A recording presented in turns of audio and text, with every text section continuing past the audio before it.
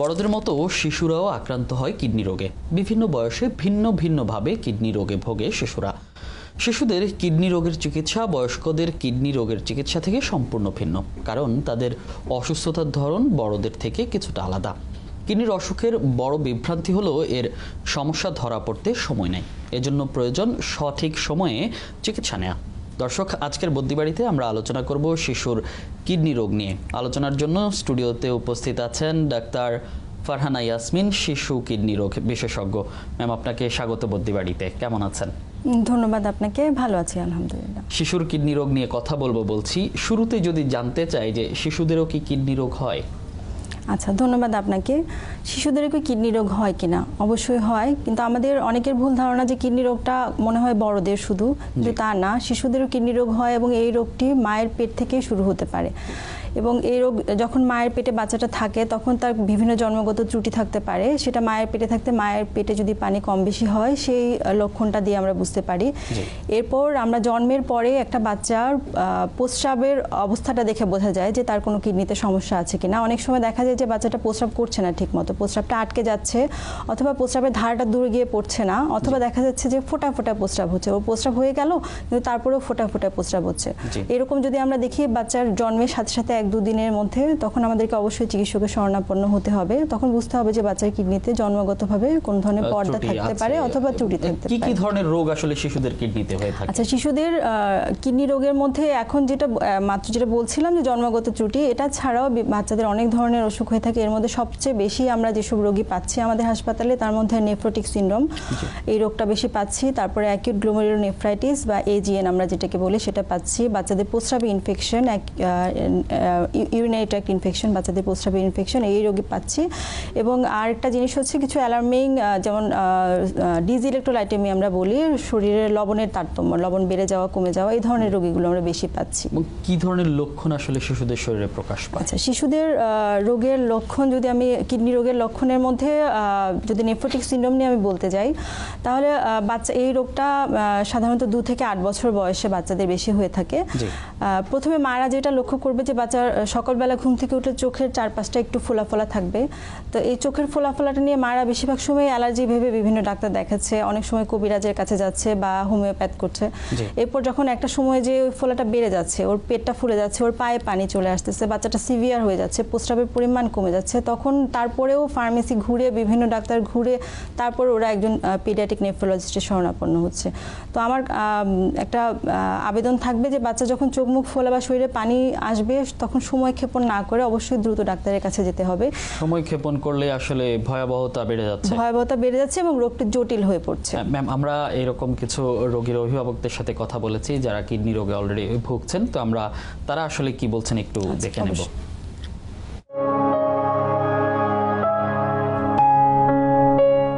2023 সালেও সমস্যা দেখা দিছে। পরে জুন মাসে ওর প্রস্রাবের সাথে কিছু ব্লাডিং গেছে। পরে আস্তে আস্তে ওর শরীর ফুলা দিছে। ফুলা দেওয়ার সাথে সাথে ঢাকা মেডিকেল নিয়ে গেছিলাম। তারপর ওইখান থেকে ট্রিটমেন্ট করার পরে ভালো হয়েছিল। ভালো হওয়ার পর আবার রিটার্ন বাড়িতে নিয়ে গেছিলাম। বাড়িতে নিয়ে যাওয়ার পর 6 মাস ভালো ছিল। ভালো থাকার পর তারপরে আবার ফুলা ধরছে, আবার ফুলতেছে আস্তে আস্তে। ফুলার পর তারপর কিডনি হসপিটালে এসে ভর্তি ছিলাম। আগস্ট মাসে হয়েছিল, তারপর সুস্থ ছিল বাচ্চা। আবার হালকা যে ফুলছে, তারপরে নিয়ে আসছিলাম। নিয়ে আসার পরে আবার বলছে যে ঔষধের ডোজ ক্লিয়ার করেন। পরে ঔষধের ডোজ ক্লিয়ার করলাম। তারপরে এই যে আবার 1 মাস পরে তারপর পেটে ব্যথা শুরু হইল। পেটে ব্যথা যখন হয়েছে তখন ফুলে নাই, 2-3 দিন হয়েছে ব্যথার বয়স, তখন আস্তে আস্তে ফুলে দিছে।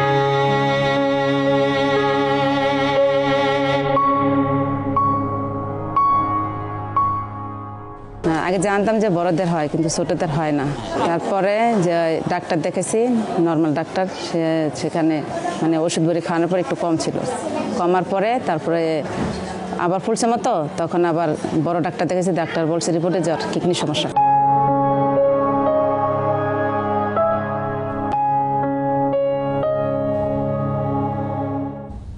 ম্যাম, আমরা যদি একদম শেষ জনকে দিয়েই শুরু করতে চাই, যে তিনি বলছিলেন এবং বিভিন্ন ডাক্তারের কাছে গিয়েছেন, তিনি শুরুতে যদি জানতে চাই যে লক্ষণগুলো আপনি একটু আগেই বলছিলেন, সেই লক্ষণগুলো প্রকাশ পাওয়ার পর আসলে সর্বপ্রথম তার করণীয় কি এবং কার কাছে যাবেন?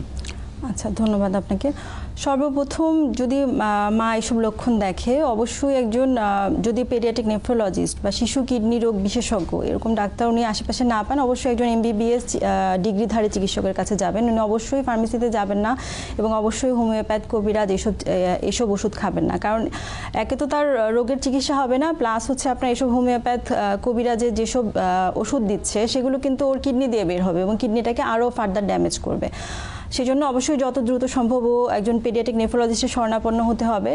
এবং আরেকটা জিনিস, আমাদের বাচ্চাদের কিডনি রোগে যেটা হয় যে বাচ্চাদেরকে নিয়ে মারা বড়দের কিডনি ডাক্তারের কাছে চলে যায়, কিন্তু একটা বাচ্চা কিন্তু আসলে মিনিয়েচার অ্যাডাল্ট না। একটা বাচ্চা মানে তার সম্পূর্ণ সিস্টেমটাই একজন অ্যাডাল্ট থেকে আলাদা। সেজন্য যখনই জটিল হবে জিনিসটা, তখনই আমাদেরকে অবশ্যই পেডিয়াট্রিক নেফ্রোলজিস্টের কাছে আমাদেরকে যেতে হবে এবং যত দ্রুত সম্ভব। আরেকজন বলছিলেন যে বারবার হচ্ছে, একবার উনি হাসপাতালে ভর্তি হয়েছেন, তারপর পেট ফোলা কমে গেছে, উনি বাসায় চলে গেছেন, কিন্তু আবার একই সমস্যা হচ্ছে। এই বারবার হওয়ার কারণটা কি? আচ্ছা, বারবার হওয়াটা আসলে যে নেফ্রোটিক সিন্ড্রোম রোগটা আমি বললাম যে 70% শিশু কিডনি রোগের মধ্যে নেফ্রোটিক সিন্ড্রোমটা, এই অসুখটা ধরনের নিয়ে আসলে বারবার হবে। 17-18 বছর পর্যন্ত বাচ্চাটা বারবার হবে। কিছু বাচ্চা দেখা যায় বছরে একবার হচ্ছে, কিছু বাচ্চা দেখা যায় বছরে 2-3 হচ্ছে, কারো কারো দেখা যায় যে মাসে 2-3 হচ্ছে। সেক্ষেত্রে আমাদের যে চিকিৎসা, সেটা এই বাচ্চাগুলোকে সেজন্য ফলো আপে থাকতে হবে। এবং যখনই ফোলা শুরু হবে বা প্রস্রাবের পরিমাণ কমে যাবে বা প্রস্রাবটা আমরা বয়েল করতে বলি, সেটা জমে যাবে, তখনই আমাদেরকে চিকিৎসা শুরু করতে হবে। এরপরও প্রথম ধাপের চিকিৎসা যদি না হয়, আমাদের দ্বিতীয় ধাপ, তৃতীয় ধাপ, চতুর্থ ধাপ, পঞ্চম ধাপের ওষুধ আছে, সেগুলো আমরা আস্তে আস্তে অ্যাড করব। কিন্তু মানে একটা চিকিৎসার ধারা থেকে ছুটে গিয়ে অন্য জায়গায় চলে গেলে, মানে এখানে আসলে ধৈর্য ধরার একটা ব্যাপার আছে, যদি আমি ওই নেফ্রোটিক সিন্ড্রোম রোগটার কথা বলি। এছাড়া কোনো শিশু আক্রান্ত হলে তার দীর্ঘদিন একটা ফলো আপের অবশ্যই এখানে একটা প্রয়োজনীয়তা আছে। আর অন্য অসুখগুলো যেটা, যেমন আমি অ্যাকিউট গ্লোমেরুলোনেফ্রাইটিসের কথা বলছিলাম, এটা জীবনে একবারই হয়। এটা আসলে গলার ইনফেকশন অথবা চামড়ার যে ইনফেকশন, এরপরে যে কিডনিতে যে ইমিউনোমেডিয়েটেড একটা অসুখ, ওখানে বাচ্চার প্রস্রাবটা একদম লাল হয়ে যায় রক্তের মতন, এরপর প্রেশারটা বেড়ে যায়। এই অসুখটা হওয়ার পর ওর দেখা যায় যে মোটামুটি 5-7 দিনের মধ্যে মোটামুটি নর্মালে চলে আসে, এটা আর ওর সারা জীবন হবে না। প্লাস হচ্ছে প্রস্রাবে ইনফেকশনের যেটা বললাম, এটাও বারবার হওয়ার সম্ভাবনা নেই যদি মা মানে আমাদের কথা মতো এগুলো মেজারগুলো নেয়।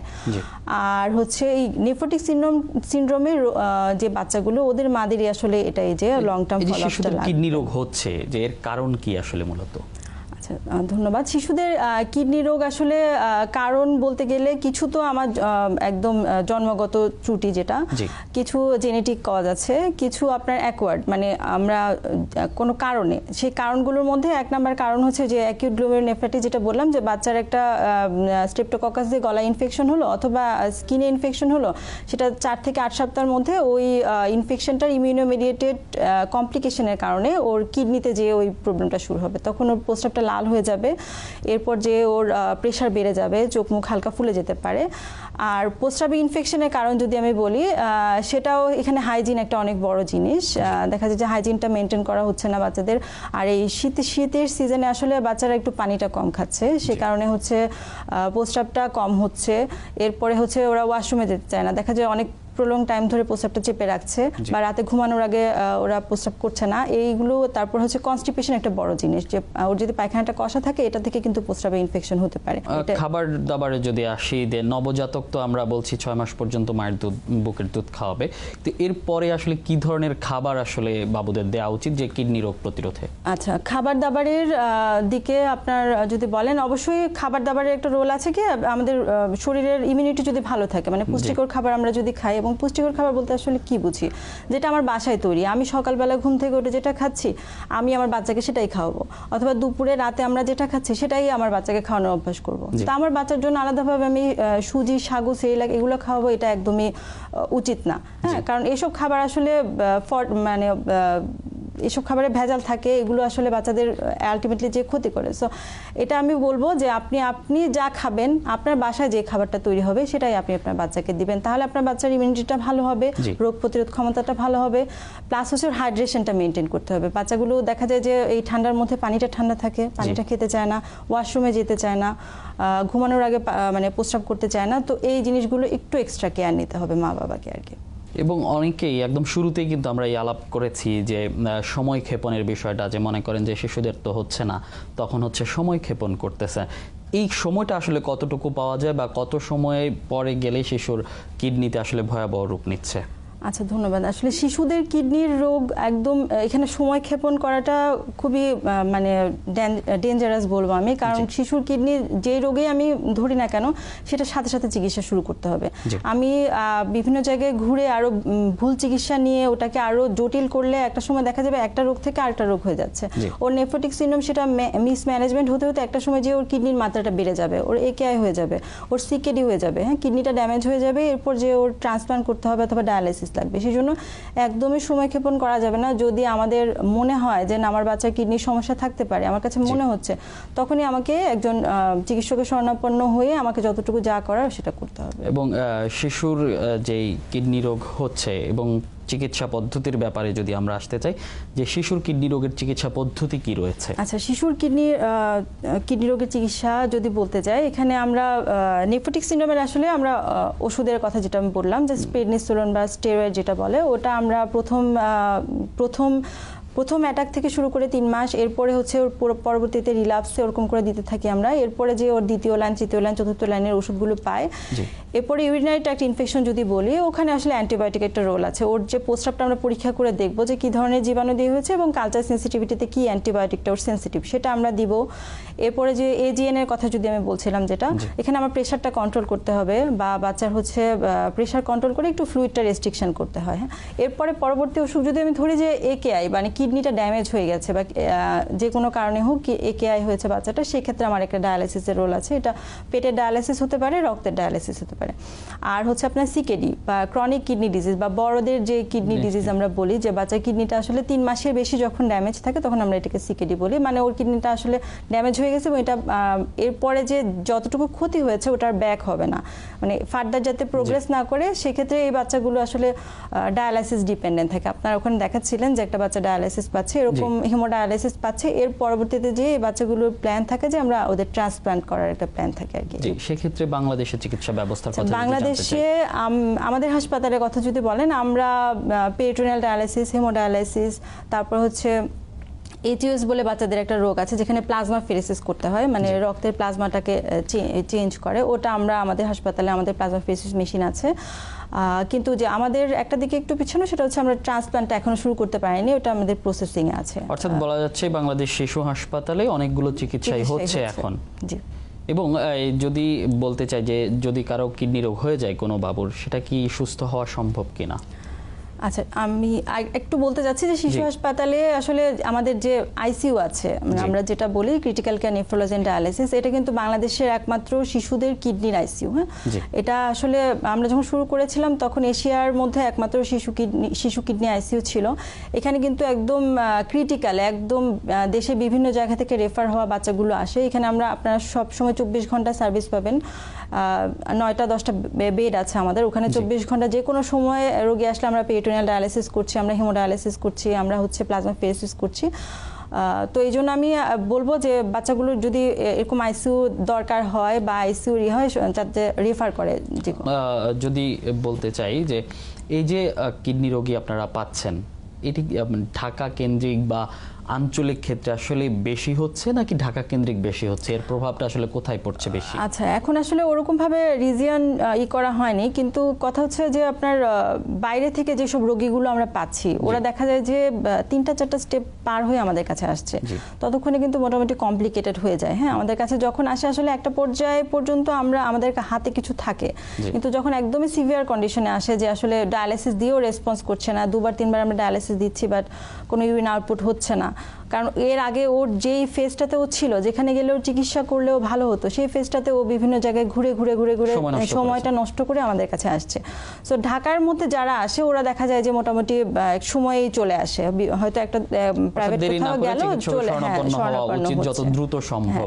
সেক্ষেত্রে আমাদের পেরিফেরিতে যেসব ডাক্তার আছেন ওনাদের কাছে ওটা রিকোয়েস্ট যে আপনাদের কাছে যদি মনে হয় যে এটা কিডনি রোগী এবং এটা একটু জটিল মনে হচ্ছে আপনাদের, মানে ওই রোগীটাকে সময়ক্ষেপণ না করে অবশ্যই রেফার করে দেবেন। কোন পর্যায়ে গেলে আসলে ডায়ালাইসিস করতে হচ্ছে?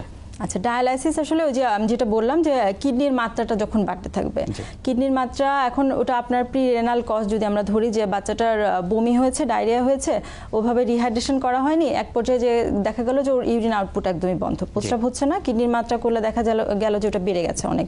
এবং প্রথমে এরপরে যখন রোগীটা আমাদের কাছে আসে তখন আমরা আসলে তারপরেও কিছুটা মেডিসিন দিয়ে, ফ্লুসেমাইড দিয়ে বা রিহাইড্রেশন করে আমরা ট্রাই করি যে বাচ্চাটাকে আসলে ডায়ালাইসিস ছাড়া করা যাবে কিনা, মানে ইমপ্রুভ করা যায় কিনা। এরপর যখন দেখা যায় যে না আসলে ড্যামেজটা খুব বেশি হয়ে গেছে তখন আসলে আমাদেরকে ডায়ালাইসিসে যেতে হয়। সাধারণ মাপটা আসলে কতটুকু থাকে যে এই মাত্রা বেড়ে যাচ্ছে? সাধারণ মাপ যদি ধরেন আপনি, আমরা নর্মালি 0.67 মিলিগ্রাম পার ডেসিলিটার উপরে গেলেই কিডনির মাত্রাটা বাড়া শুরু হয়েছে ওরকম বলি। অ্যাডাল্টের ক্ষেত্রে 1.2 মিলিগ্রাম, কিন্তু বাচ্চাদের আমরা 0.7 0.8 এর উপরে গেলে আমরা এটাকে মানে পরবর্তীতে আমরা ফলো আপ করি, একে ডেইলি একটু মনিটরিং করি যে বাড়ছে কিনা। এরপর যদি দেখি যে না বাড়ছে না বা আস্তে আস্তে গ্র্যাজুয়ালি কমে যাচ্ছে তাহলে ওটা বুঝতে হবে যে আপনার, অথবা ইউরিন আউটপুটটা দিয়ে বোঝা যায়। প্রস্রাবের পরিমাণটা যদি ওর 1 to 2 ml per KG per hour হয় তার মানে ওর ইউরিন আউটপুট অ্যাডিকুয়েট আছে, তখন মানে ওটা রেসপন্সিভ বুঝতে হবে আর কি। যদি দেখি যে না আমরা মেডিসিন দেওয়ার পরে ওর ইউরিন বাড়ছে না, বাচ্চা ইডিমেটাস ফুলে যাচ্ছে, তখন বুঝতে হবে যে আসলে বাচ্চাটা ডায়ালিসিস লাগবে। শিশুদের কিডনি রোগ নির্ণয়ের জন্য কি ধরনের পরীক্ষা করতে হয়? আচ্ছা, শিশুদের কিডনি রোগ আমরা কিছু প্রস্রাবের পরীক্ষা দিয়ে আমি বুঝতে পারি। যদি আমি নেফ্রোটিক সিনড্রোম ধরি তাহলে আমি ওখানে প্রোটিন পাবো, বাচ্চার শরীর থেকে প্রোটিনটা বের হয়ে যাচ্ছে। আমরা যে মাছ, মাংস, ডিম, দুধের সাথে যে প্রোটিনটা খাচ্ছি ওটা ওর প্রস্রাব দিয়ে বের হয়ে যায়। যখন মারা এটা বয়েল করে তখন দেখা যায় যে ডিমের সাদা অংশটা জমে যায়, যেভাবে এরকম করে প্রস্রাবটা জমে যাচ্ছে। তো ইউরিন আরিটা করলে ওখানে প্রোটিনের পরিমাণটা দেখা যে 2+, 3+। এরপর প্রস্রাব দিয়ে রক্ত যাচ্ছে কিনা, তো এখানেও আরবিসি মানে প্রস্রাবের ইউরিন আরিতে করলে ওখানে আমাকে আরবিসি দেখাবে। এরপরে হচ্ছে যদি প্রস্রাবের ইনফেকশন বুঝতে চান সেক্ষেত্রে হচ্ছে 5 সেল পজিটিভ আসবে সেখানে। এরপরে হচ্ছে আপনার ওখানে নাইট্রেট, লিউকোসাইট এস্টারেজ এগুলো পজিটিভ আসতে পারে। মানে এক ইউরিন আরি দিয়ে আমি মোটামুটি অনেক কিছুই বুঝতে পারবো শুধু ইউরিনের পরীক্ষাটা দিয়ে। যদি খরচের বিষয়টা আসি, যে কিডনি রোগের যে চিকিৎসা, এই চিকিৎসা আসলে বাংলাদেশে খরচের ব্যাপারটা কেমন? আচ্ছা, এখন কিডনি রোগের চিকিৎসা আসলে যে নেফ্রোটিক সিনড্রোম যেটা সবচেয়ে বেশি হয় আপনাকে বলছিলাম, সেক্ষেত্রে আসলে খুব যে দামি ওষুধ লাগছে সেটা না, কিন্তু বাচ্চাদের এখানে খরচটা কেন হচ্ছে, কারণ বাচ্চাটার বারবার হচ্ছে। একবার যখন প্রথমবার আমরা যখন প্রেডনিসোলন বা প্রথম ধাপের ওষুধটা দিচ্ছি ওটা খুব দামি ওষুধ না, কিন্তু এটা ওর মাকে 1.5 মাস ওকে ডেইলি খাওয়াতে হচ্ছে, 1.5 মাস একদিন পরপর খেয়ে 3 মাসের একটা ডোজ কমপ্লিট করতে হচ্ছে, এরপর যে ওকে ফলো আপে আসতে হচ্ছে। কিন্তু বাচ্চাটা যখন এই ওষুধে রেসপন্স করছে না, দেখলাম যে না এই ওষুধ পাওয়ার পরে ওর তারপরেও আবার হচ্ছে চোখ মুখ ফুলে যাচ্ছে, তখন আমাদেরকে দ্বিতীয় ধাপের ওষুধ যেগুলো দিচ্ছে সেগুলো মোটামুটি কিছুটা দামি, মানে পার ওষুধ আপনারা ধরেন 65-70 এরকম টাকা করে চলে যায়, মানে একটা খরচ আছে। আচ্ছা, এটা নেফ্রোটিক সিনড্রোমে গেল। আর ডায়ালাইসিসের খরচ যদি বলেন, পেরিটোনিয়াল ডায়ালাইসিস যদি আমরা যেটা করি, পেটের ডায়ালাইসিসটা ওটা 3 দিন থাকে, 72 আওয়ার্স থাকে, ওটা আমরা আওয়ারলি চালাই। ওটাতে খরচ আপনার 6,000 to 7,000 এর মধ্যে হয়ে যায়। কিন্তু বাচ্চাটা যদি খারাপ থাকে, যে ওর আইসিইউ সাপোর্ট লাগবে অথবা ওর ভেন্টিলেটর সাপোর্ট লাগবে, সেক্ষেত্রে যে আইসিইউর খরচটা একটু বেড়ে যায়, এটাই। আর হিমোডায়ালাইসিস যদি বলি, ওটা আমাদের হাসপাতালে আউটডোর বেসিসেও হচ্ছে, ওখানে পার সেশন আমরা 1,500 থেকে 2,000 টাকার মতন খরচ হয় আর কি। সপ্তাহে দেখা যায় 2 দিন বা 3 দিন করে এক একটা বাচ্চা মানে এসে ডায়ালাইসিস। অর্থাৎ দ্রুত শনাক্ত করলে তো শিশুর কিডনি রোগ সুস্থ হওয়া সম্ভব। হ্যাঁ, দ্রুত শনাক্ত করলে আমি যেটা কমপ্লিকেটেড ও ডায়ালাইসিস পর্যায়ে যেতে না হয় সেখান থেকে আমাকে থামানো সম্ভব। এবং আমরা প্রোগ্রামের একদম শেষ পর্যায়ে চলে এসেছি। এখন আমাদের দর্শক যারা আজকে আমাদের দেখছেন তাদের উদ্দেশ্যে বলবেন যে শিশুদের কিডনি রোগ থেকে বাঁচার জন্য আসলে অভিভাবকরা কি ধরনের সচেতনতা অবলম্বন করবেন? আচ্ছা, ধন্যবাদ আপনাকে। শিশুদের কিডনি রোগ থেকে বাঁচার জন্য আমাকে সবার আগে বুঝতে হবে যে আমি যেসব সিমটমগুলোর কথা বললাম, আপনার বাচ্চার মধ্যে যদি এগুলো থাকে তাহলে অবশ্যই আপনি সময়টা নষ্ট করবেন না। বিভিন্ন অ্যালার্জির চিকিৎসা বা কবিরাজি চিকিৎসা এগুলো করে সময় নষ্ট করে জিনিসটাকে জটিল করে মানে আসলে চিকিৎসকের কাছে নিয়ে আসলে দেখা যায় যে আমাদেরও একটা পর্যায়ে যে কিছু করার থাকে না। সো আপনি যত তাড়াতাড়ি সম্ভব চিকিৎসকের কাছে যাবেন। এরপরে হচ্ছে এখনকার শীতের সিজনটা, যেহেতু ঢাকার বাতাসটা খুবই খারাপ অবস্থায় আছে, সো মাস্ক পরানোর অভ্যাস করলে ভালো হয়, ওখান থেকে আপনার টনসিলাইটিস হয়ে এজিএন হওয়ার সম্ভাবনাটা থাকে না। অথবা বাচ্চার যখন ডায়রিয়া হবে তখন ওআরএস এর খাওয়ানোর ব্যাপারে সচেতন থাকতে হবে এবং খাবার দাবারের দিকে আমাদের মনোযোগ দিতে হবে। যে বাইরের খাবারগুলোর মধ্যে বিভিন্ন ধরনের থাকে, প্রোডাক্ট থাকে যেগুলো হচ্ছে কিডনির জন্য ক্ষতিকর, ওগুলো যাতে আমরা অ্যাভয়েড করি এখন। আর পানিটা ঠিকমতো খাবে, বাচ্চা প্রস্রাবটা নিয়মিত করবে, এই কয়টা জিনিস একটু খেয়াল রাখতে হবে। অসংখ্য ধন্যবাদ আপনাকে বদ্বীবাড়িতে আসার জন্য। Thank you so much. দর্শক, কথা হচ্ছে শিশুর কিডনি রোগ নিয়ে, অর্থাৎ ছোট ছোট লক্ষণেও অবহেলা করা যাবে না, যত দ্রুত সম্ভব চিকিৎসকের শরণাপন্ন হতে হবে, তবেই ভালো থাকবে আপনার শিশু। আপনিও ভালো থাকুন, সুস্থ থাকুন আর সঙ্গে থাকুন সময়ের।